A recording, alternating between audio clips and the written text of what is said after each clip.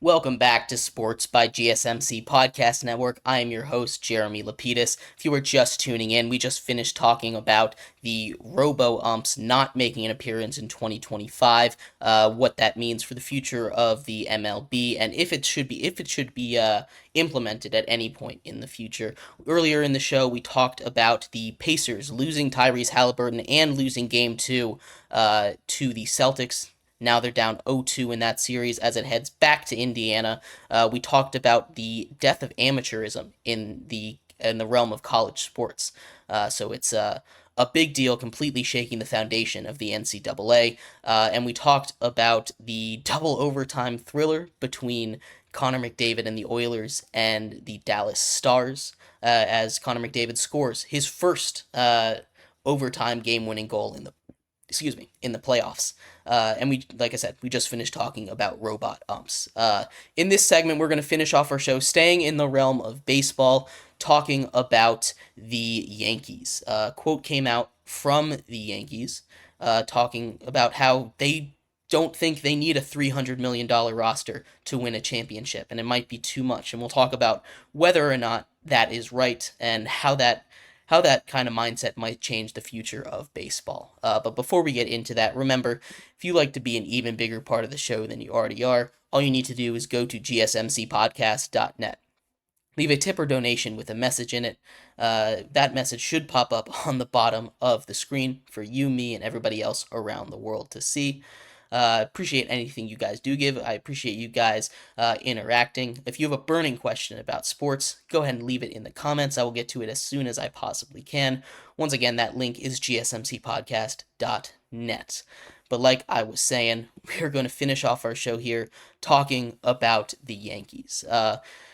For the people that are a little less into baseball history, the Yankees had a dynasty in the 90s, and the Yankees have had a lot of dynasties, and most of their dynasties have been built on spending more money than anybody else. If you watch the movie Moneyball, the Yankees were the villains just because they would spend more money than anybody and get all the great players.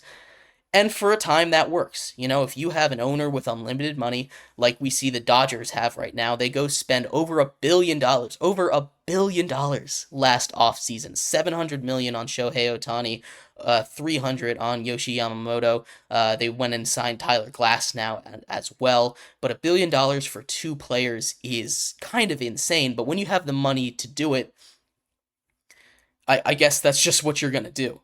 The the Yankees usually are that team, and they've just dealt out a big contract to Aaron Judge a couple years ago. It looks like they're going to try and sign Juan Soto. Juan Soto, a guy that I don't think he's going to reset the market after what Shohei Ohtani signed, but be the second highest paid player in the entire MLB after this, which would push the Yankees' payroll pretty high up there. They're also paying Garrett Cole a lot of money.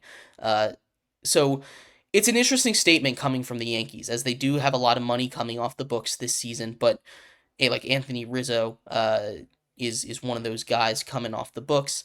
Lots of stuff going on there.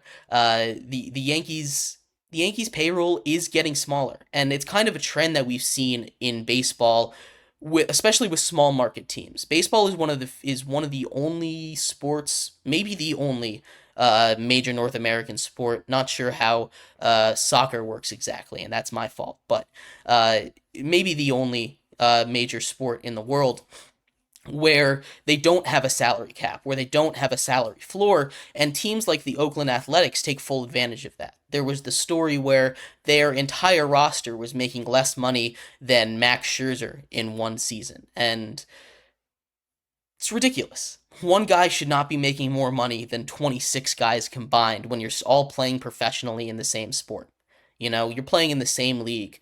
It's ridiculous at that point. And there's obviously examples of that. And small market teams are getting get a little bit of a pass from me because they don't, there's not a salary cap, there's not a salary floor. They, don't have the same budget as a team like the Mets, or with Cohen and his unlimited money. You know, there's different excuses you could make, but there's also just being plain cheap. And that's a disturbing trend that's kind of started in the MLB. you have to be smart with your money. Unless you're unless you're the Yankees, unless you're the Dodgers, that just have or the Mets, these teams that have millions and billions of dollars just to play around with. You have to be smart with who you're giving money to.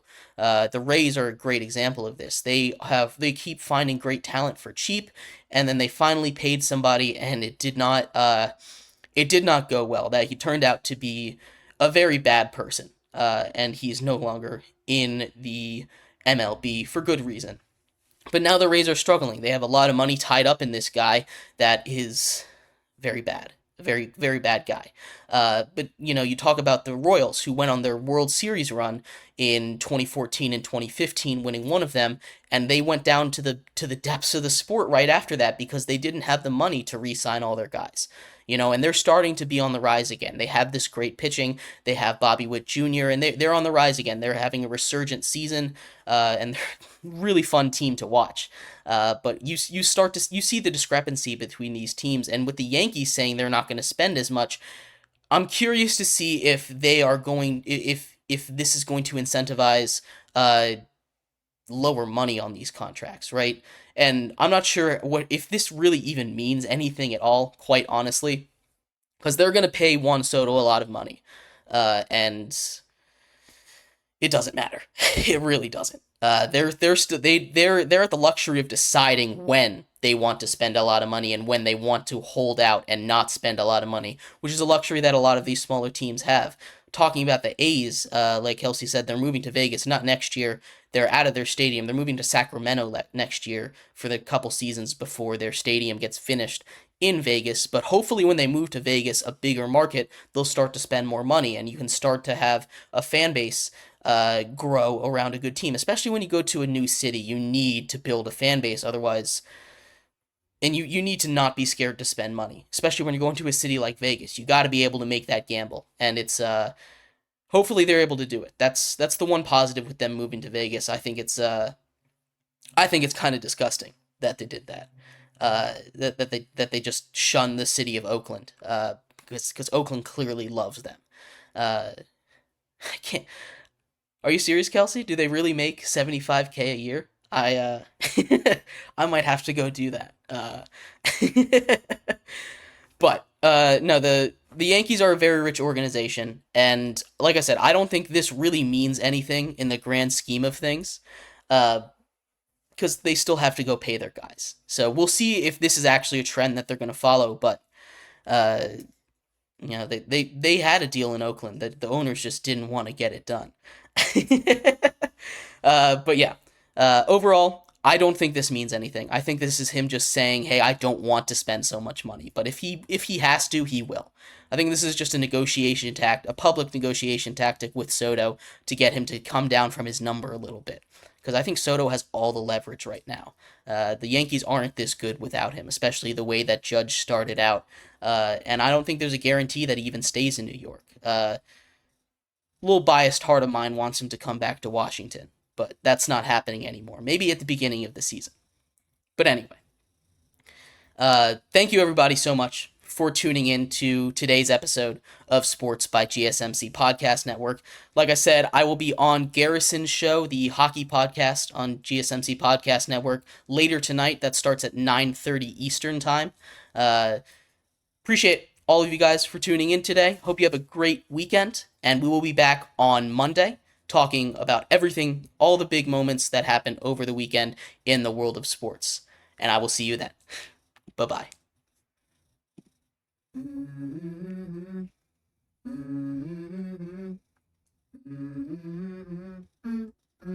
Let's go. I wake up, I'm gonna put up the for me.